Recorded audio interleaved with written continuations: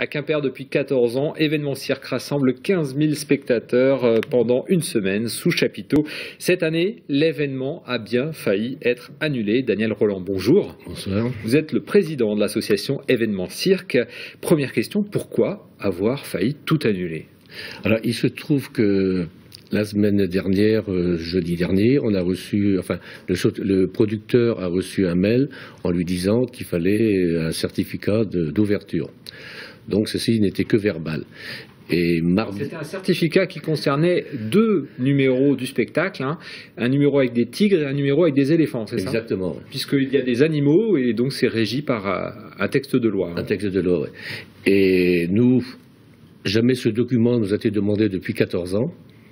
À savoir que juste les tigres Reddy Christiani et les éléphants d'Amedeo Folco se sont produits à Quimper plusieurs années. Jamais on nous a demandé ce document.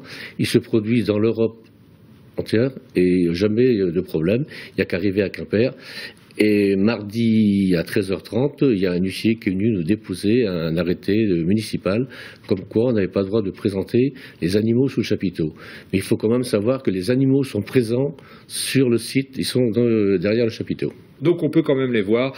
La décision a été prise pour des questions de sécurité, hein, c'est ça?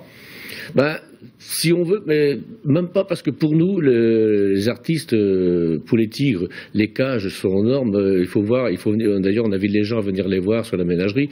Les cages sont aux normes.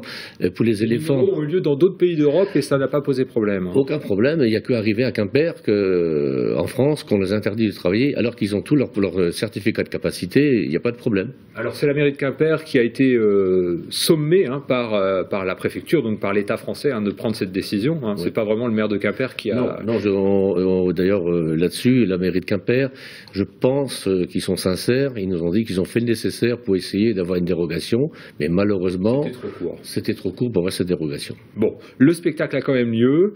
Il y a de nombreux spectateurs qui viennent. La première représentation a eu lieu ce mercredi. Ça s'est passé comment? On est content quand même parce que le public a très bien réagi malgré qu'il manquait ces 2 numéros. Cet après-midi, on était complet, là, depuis une semaine déjà, c'était complet.